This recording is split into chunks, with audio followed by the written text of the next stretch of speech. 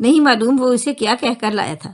اماں نے اس سے بات کی، اس نے اپنا نام خرم خان بتایا اور مجھے دیکھنے کے بعد کہا کہ مجھے اپنا احوال سچ سچ بتا دو، مجھے دھوکہ نہ دینا، میں بھی تمہیں دھوکہ نہیں دوں گا۔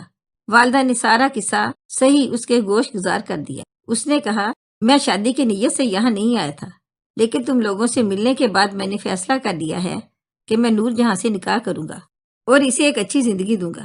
طبلہ نواز سے جو میرا معاملہ طے ہے وہ الگ بات ہے۔ خرم خان نے اس شخص کو منہ مانگے دام دے کر رخصت کیا اور ہمارے ہی گھر پر اس نے 4 دوست بلا کر مجھ سے باقاعدہ نکاح کیا، پھر مجھے رخصت کروا کر ساتھ لے گیا۔ اماں سے کہا آپ فکر نہ کریں، جب چاہیں گی میں نور جہاں کو آپ سے ملوا دیا کروں گا اور آپ کو خرچہ بھی دوں گا تاکہ بڑھاپے میں کسی کی محتاج نہ ہو۔ خرم خان نے جو کہا تھا کر دکھایا۔ وہ ہر ماہ اماں کو خرچہ دینے جاتا اور مجھے بھی ساتھ لے جاتا، ان سے ملاقات کراتا۔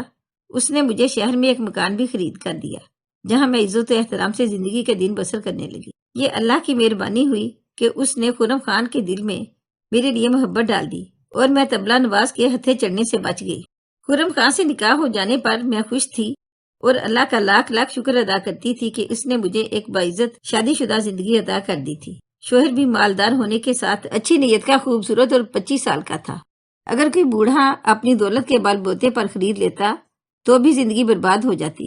بے شک خرم ایک بہت اچھا انسان تھا، وہ میرا بہت خیال رکھتا تھا، لیکن اس میں یہ جرت نہ تھی کہ مجھے اپنے اصل گھر لے جاتا اور ایک بیوی کی حیثیت سے میرا تعارف اپنے خاندان میں کرواتا۔ جب میں کہتی اپنے گھر لے چلو تو جواب دیتا ذرا صبر کرو، ابھی حالات ایسے نہیں ہیں، مناسب وقت آنے پر ضرور لے جاؤں گا، ابھی لے گیا تو حالات تمہارے حق میں بگڑ سکتے ہیں۔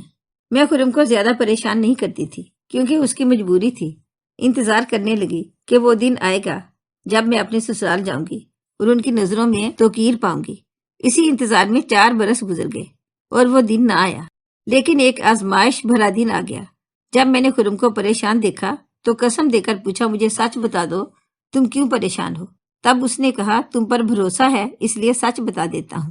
میری منگنی بچپن میں تایا ذات سے ہو گئی تھی، اب تک پڑھائی کے بہانے ٹالتا رہا ہوں، لیکن اب والد اور تایا سر ہو گئے ہیں کہ پڑھائی مکمل ہو گئی ہے، ملازمت بھی شہر میں حاصل ہے، تو پھر شادی کرنے میں کیا قباحت ہے؟ وہ اصرار کر رہے ہیں میں شگفتہ سے شادی کر لوں، یہ جائیداد کا معاملہ بھی ہے، خاندان بھر کی مخالفت مول نہیں لے سکتا اور منگنی نہیں ٹوٹ سکتی۔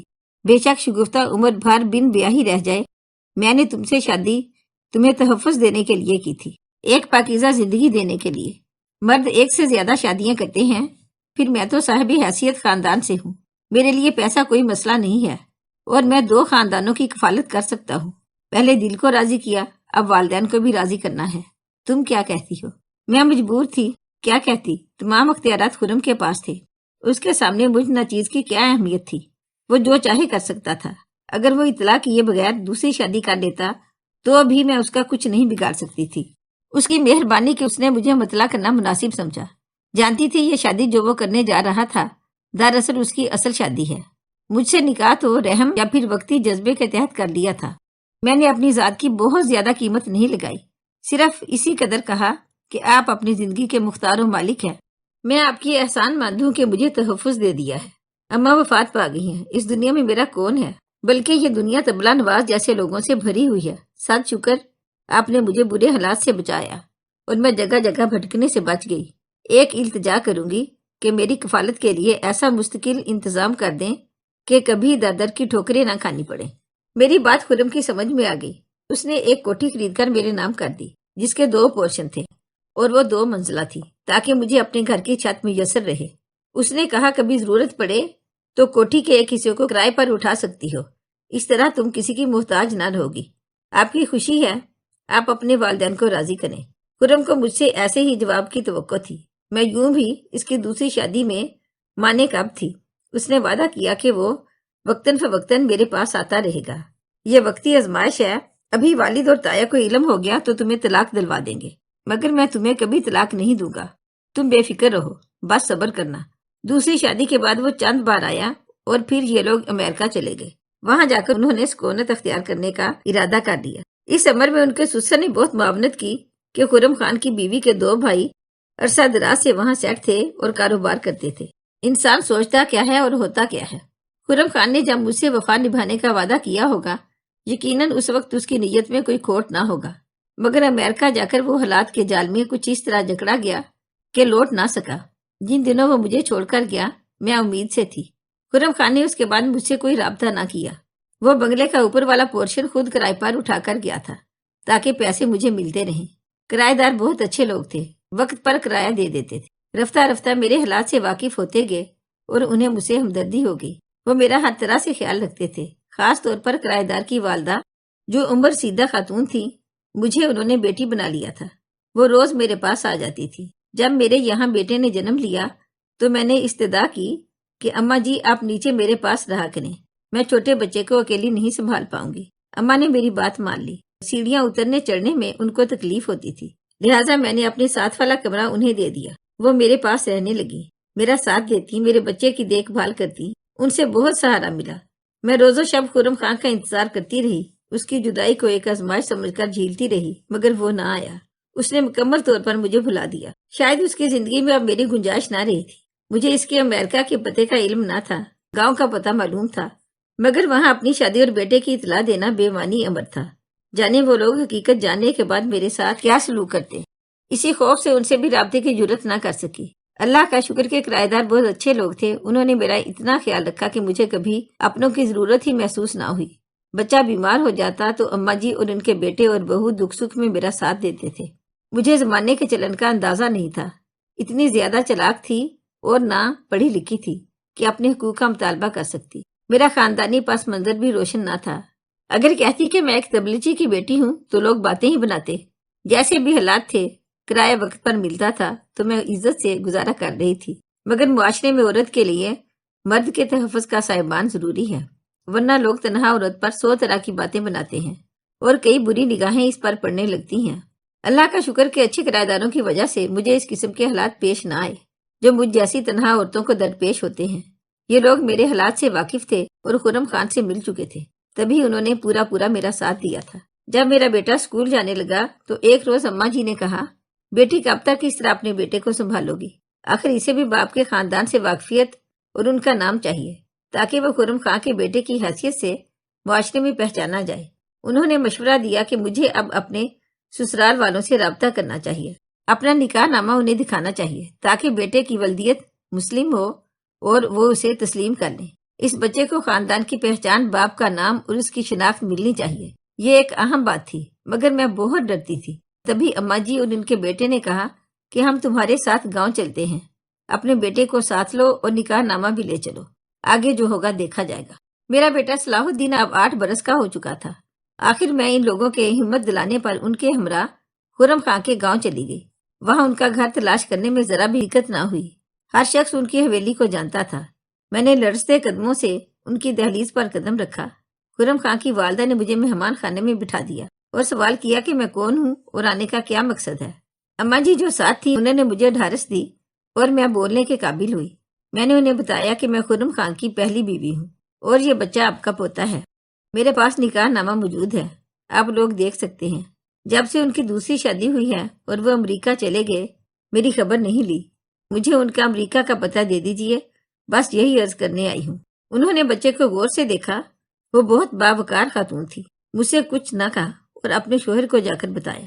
بزرگ کمرے میں تشریف لائے اور کہا، خاتون میں کیسے یقین کر لوں، آپ سچ کہہ رہی ہیں۔ آپ نکاح نامہ دیکھ لیجئے اور ان پر جن گواہان کے دستخط ہیں اگر وہ آپ کی جان پہچان کے ہوں تو ان سے معلوم کر لیجئے، ورنہ اپنے بیٹے سے میری ملاقات کروا دیجئے۔ اگر وہ انکار کر دیں کہ یہ نکاح نامہ اصلی نہیں ہے تو میں دوبارہ کبھی نہیں آؤں گی۔ ٹھیک ہے، ابھی آپ لوٹ جائیے، خرم خان امریکہ سے آنے والے ہیں، جب وہ آ جائیں گے تو ہم آپ کو اطلاع کریں گے۔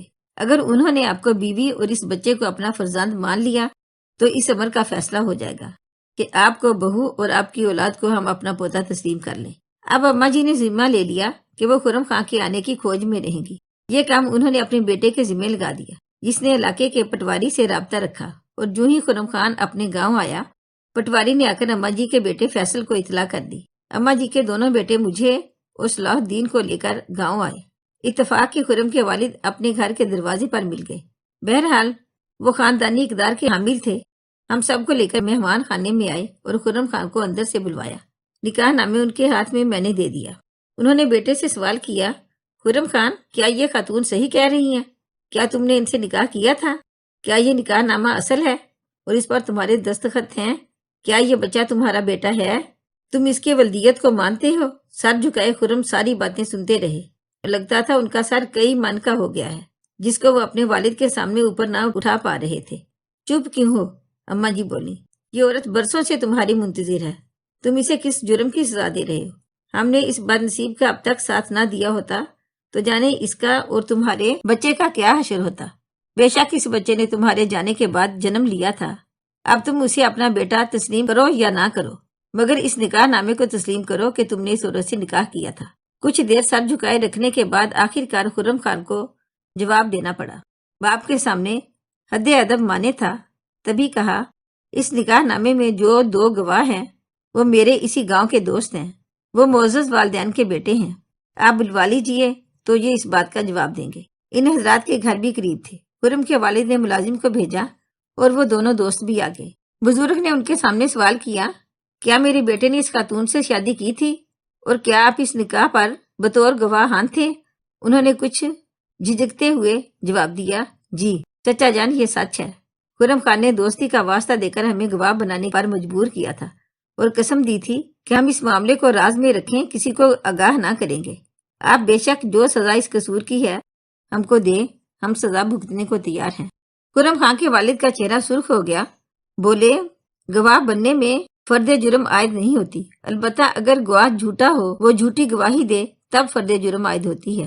تم لوگوں نے تو دوستی نبھائی، اس بیچاری لڑکی کو کس جرم کی سزا ملی اور اس بچے کا کیا قصور ہے جس نے پیدائش سے اب تک اپنے باپ کی شکل نہیں دیکھی؟